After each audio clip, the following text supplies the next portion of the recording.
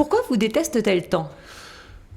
Alors, c'est une bonne question à laquelle je ne saurais répondre. De qui je parle ?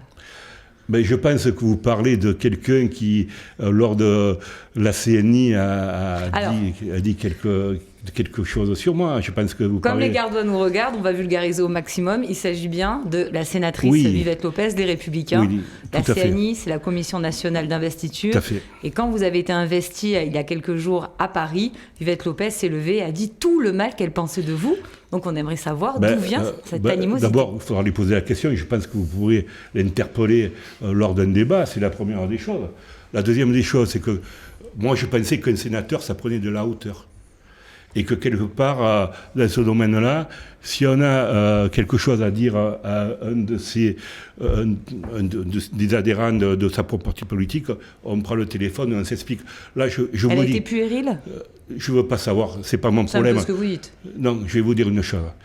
Très simplement, j'ai eu quelques coups de fil après de Paris qui m'ont dit qu'ils ne comprenaient pas du tout la position de la sénatrice. Alors nous, peut-être qu'on comprend. Parce que paraîtrait-il que vous ne l'avez pas suffisamment soutenue pour les élections sénatoriales lorsqu'elle visait la tête de liste et que vous auriez préféré Laurent Burgoa. Mais j'ai toujours dit que je préférais Laurent Burgoa parce que d'abord, je connaissais... Elle était sénatrice sortante quand même. Oui, mais c'est ça la démocratie aussi. On peut très bien dire ce que l'on pense et ce que l'on veut faire. Mais moi, je ne suis jamais allé quelque part devant vous, devant mon micro, en me disant sur la sénatrice. J'ai fait un choix, je le dis, je l'assume. Pour moi, Laurent Burgoa était un candidat important.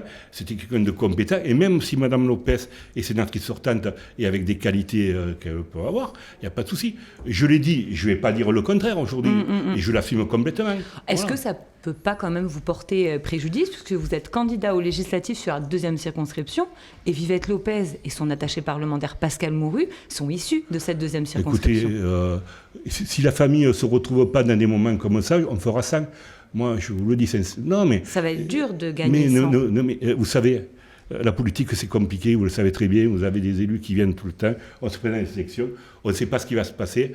À nous, en charge, lorsqu'on est candidat, de trouver la bonne stratégie pour approcher tout le monde. Comment vous allez réconcilier tout le monde ? Alors, on a parlé de Vivette Lopez, de Pascal Mourru.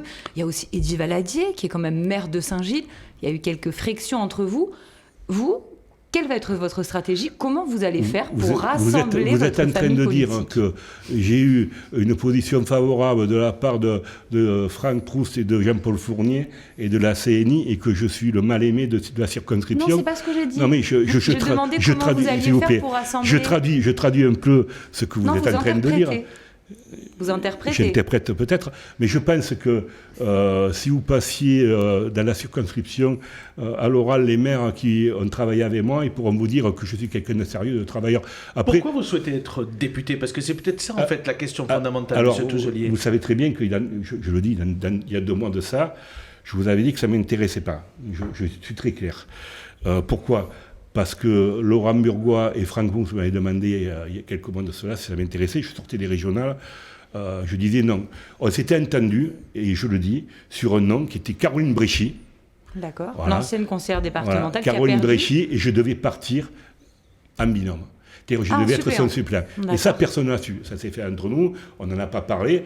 Caroline, derrière, ne partant plus, et là, je ne savais pas qu'Eddy, effectivement, avait été approché, je ne savais pas du tout. Franck m'a demandé, lorsque Caroline Franck Proust, qu'elle ne partait pas, il m'a demandé, effectivement, si ça m'intéressait. Et ça vous intéresse ou vous y êtes allé pour un peu faire par le défaut job, ou à contre-cœur? Non, on va pour jamais faire le job en tant que militant. On n'y va jamais par défaut. Vous savez, moi aujourd'hui, je suis installé dans mon territoire. J'y vais parce que on a un challenge aujourd'hui. On a un challenge d'aller porter un message aussi d'espoir par rapport à notre territoire. Il y a des questions qui ne se posent plus au niveau de l'Assemblée nationale, parce que nous avons des députés qui ne sont pas dans un exécutif, qui ne sont pas maires, et qui ne vivent pas les problématiques que l'on a, nous, à notre niveau. Et si vous êtes député, on présume que vous démissionnerez, du coup... Vous savez très bien que nous n'avons pas le choix, tant qu'aujourd'hui le cumul des mandats n'est pas réactivé. Bon, je ne sais pas ce qui va se passer, mais effectivement, si je suis député, je devrais démissionner, bien sûr, de ma place de VP à la métropole. Pour être député et avoir de grandes chances, peut-être, de le devenir, ce qui serait bien, c'est que Valérie Pécresse l'emporte à la présidentielle quelques semaines plus tôt. Alors vous C'était savez pas forcément votre candidate, puisque vous souteniez plutôt Xavier Bertrand. Mais bien sûr. Mais aujourd'hui, je présume que... de toute façon, moi je vais vous dire une chose qui est certaine, c'est qu'aujourd'hui le Parti républicain s'est réconcilié, et grâce à 2 hommes, à Christian Jacob et Aurélien Pradier. Personne n'aurait mis 1 euro sur la stratégie développée par Christian Jacob il y a 4 ou 5 mois. Rappelez-vous, nous étions la risée de tout le monde.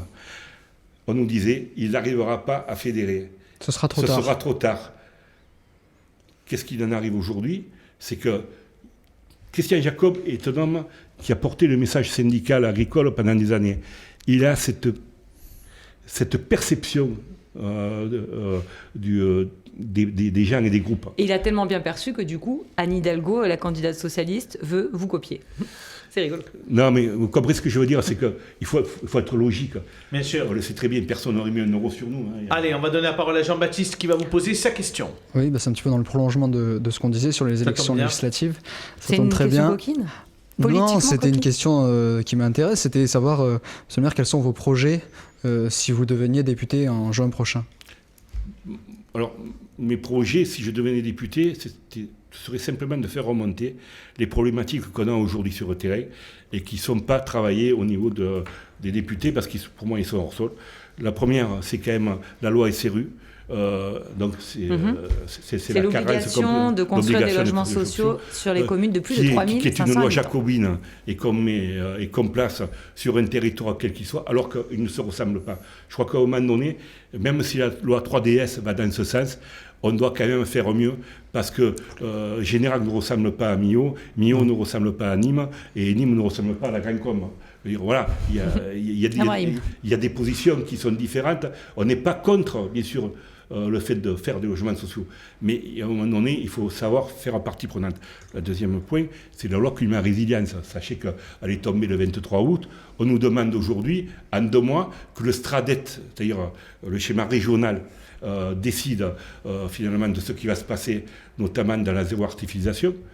À un moment donné, je crois que nous, en tant qu'élus, on ne peut pas donner notre sentiment, sachant que ça va trop vite. Vous voulez être député pour porter la voix des élus locaux ? Je crois que c'est ça, un député. Vous ne trompez pas d'élection ? C'est pas plutôt les sénatoriales, ça ? Non, je crois que c'est ça aussi. C'est être un homme du territoire et porter la voix des élus. Il a un projet peut-être aussi pour les citoyens. Après, je vais vous dire, les projets se construisent au fur et à mesure du mandat. Moi, je n'ai pas la prétention d'arriver et de tout changer, loin de là. J'ai la prétention simplement de dire, je suis quelqu'un de terrain, je suis quelqu'un qui écoute, quelqu'un aussi qui arrive à fédérer, je crois qu'on peut le dire, et derrière, on avancera au fur et à mesure, voilà.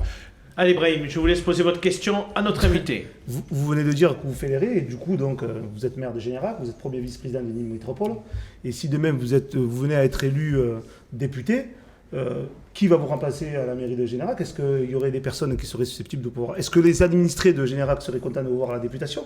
Est-ce qu'en tant que premier vice-président de Nîmes Métropole, ça ne poserait pas de problème? Est-ce que vous n'allez pas déséquilibrer l'ensemble de vos collectivités, du coup? Parce que d'être député, c'est un métier. C'est pas mal cette question. Alors, je vous remercie de me donner la place. Je vous donne pas de place, je vous dis par rapport au cumul de mandats, etc. Vous me donnez comment la vous place. allez le gérer? Non, mais c'est vrai qu'aujourd'hui, vous avez une vraie emprise locale, monsieur Duzelier. Vous êtes premier vice-président de Nîmes Métropole. Vous pensez bien que Franck, quand il m'a proposé cela, il s'est aussi posé la question. Voilà, effectivement, on verra en temps voulu. Je crois qu'on ne va pas aiguiser quelque part les appétits. C'est pas ce ne sera pas Julien Plantier. Ça, je ne sais pas qui ce sera pour le moment. Pour vous répondre. On ne sait jamais. On le laisse d'abord se faire élire. Générac, bien sûr. Il a soutenu Valérie Pécresse. J'allais discuter avec mes élus. On a commencé à travailler. Je peux vous dire que mon village, j'y tiens beaucoup, et que l'équipe qui sera en place, elle sera aussi dans la stratégie que j'ai appliquée. Vous étiez le seul candidat. Allez, 2 questions pour terminer, Coralie.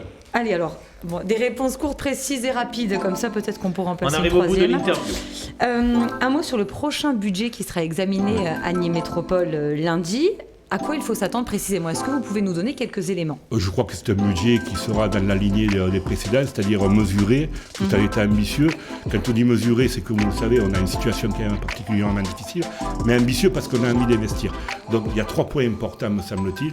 Il y a, vous savez, le NPNRU, là aussi, avec leur code. Le renouvellement urbain. Le renouvellement urbain avec leur codine, c'est-à-dire les propriétés privées. C'est un gros engagement financier de la part de la ville et de l'agglomération. D'accord. On a la T2 pour la finaliser aussi, vous le savez très bien. Dans les projets Et d'investissement. puis il y a le PAPI alors, avec la GEMAPI qui coûtait très très cher. Je crois que notre président va faire le nécessaire demain avec Côte de Girardi pour essayer que l'État subventionne de 20% de plus ce qu'il avait porté. Voilà, ce sont 3, je pense qu'il y a 3 choses importantes dans notre stratégie de développement et c'est quand même un coût nécessairement important, quoi. Allez, la dernière question, Coralie. L'aéroport ou la gare? Allez, les deux, vite. Allez, alors, on parle de la gare. Il y a une réunion qui s'est tenue lundi en préfecture. On a fait un peu les comptes. On a vu qu'il restait 14 millions d'euros pour faire cette 3e voie. Une 3e voie qui va relier, on le rappelle, la gare Nîmes-Centre avec la gare Nîmes-Pont-du-Gard. Alors, est-ce que vous avez bon espoir que ça sorte et dans un délai de combien? Parce que les gens, ce soir, ils aimeraient bien le savoir. Mais bon espoir que ça sorte. Effectivement, aujourd'hui, la gare est là. Il faut faire avec. Je crois qu'il y a 14 millions d'euros. D'abord, on pensait qu'il y en avait 12, il y en a 14 et demi. Donc, c'est qui n'est pas plus mal. Je crois qu'on ne va pas refaire l'histoire, mais quand on a fait la gare, on a dû faire la 3e voie. Plutôt la 3e voie que de faire de la T1. Voilà, c'est tout. C'était la facilité. Aujourd'hui, il faut y aller. Je crois que Franck défend très très bien, Franck Proust défend très très bien et très très fort le dossier. Est-ce qu'il réussit mieux sur ce coup-là qu'Yvan Lachaud? Parce que c'est vrai que sous Yvan Lachaud, on n'a pas trop parlé de cette 3e voie. Je crois qu'Yvan Lachaud a décidé de l'abandonner, hein, on est bien d'accord. Donc voilà, et d'ailleurs sa stratégie a été liée surtout à faire le tram plutôt que la 3e voie, parce qu'elle était plutôt politicienne par rapport aux élections qu'il allait avoir. Et sur l'aéroport? Alors vous avez récemment acheté une 20aine d'hectares de terrain près de l'aéroport. À quoi ça va servir et surtout, est-ce que Nîmes Métropole va acquérir l'aéroport? Parce qu'on sait que l'État vous l'a proposé. Oui, je crois que la mission du président et de l'exécutif, c'est de l'acquérir. Effectivement, vous le savez, il est allé à Ryanair dernièrement pour essayer de consolider le nombre de fréquences, et notamment sur certaines villes qui sont dans le Maghreb, en Italie, en Espagne et autres. Mais il va avoir quoi sur ces 20 hectares-là? Vous allez Alors, mettre les quoi? 19 hectares pour le moment, parce qu'on doit prévoir. Donc, prévoir aussi, on a cette opportunité qu'un agriculteur vendait, on l'a prise. On verra au fur et à mesure. L'important, c'est d'acquérir le foncier. Vous savez que le foncier, aujourd'hui, il est fondamental chez nous si on veut développer l'économie. Mais vous savez très bien qu'aujourd'hui, nous avons